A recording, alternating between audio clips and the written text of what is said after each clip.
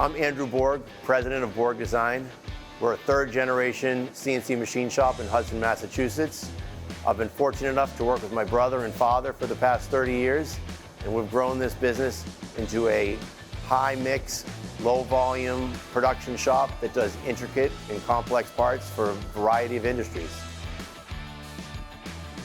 7 years ago, when we moved into this building, we decided, let's try to get a larger machine, and we looked at all the options Haas had, and we decided to go with a VF11 for a few reasons. One, it had 10 feet of travel in the X, which was drastically longer than anything we'd ever had before.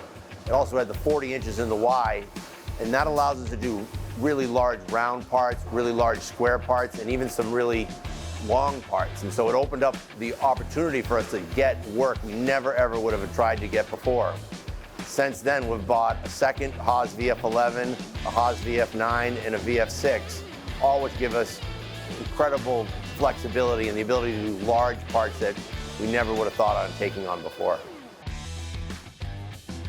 One interesting part we did on the Haas VF11 was using the HRT 210 indexer, and it was about a 50-inch long round piece that needed to have holes clocked on both ends to each other.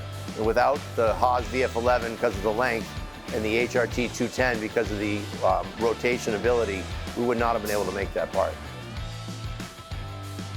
On the VF9, we've been making these very large half-round parts, and they go together to form a seal on a shaft for, I believe, the Navy. We have smaller ones that we're running on the Haas VF6, and we even have smaller ones we ran on the VF4 at times. The Haas VF9 being so large allows us to machine the entire part in one setup, which gives us the ability to control the true position of all the holes. There's also really high flatness tolerances and true position of the end work.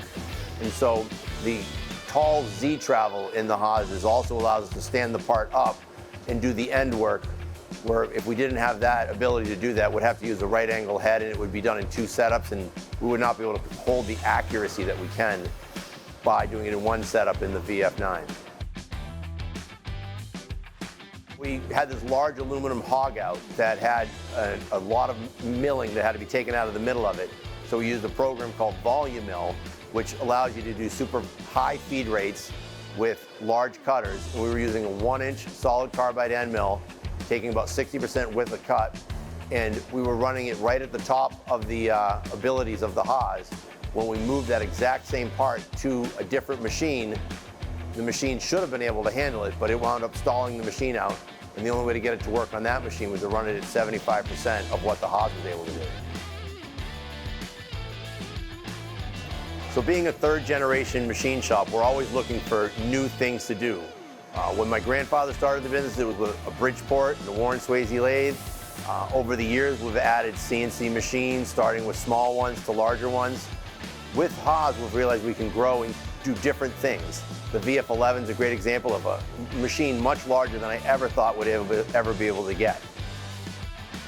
Looking towards the future, I can see us growing, looking into 5-axis machines. That, coupled with horizontals and bridge mills, we feel that Haas is leading us into the future and gives us the opportunity to grow in ways we never thought possible.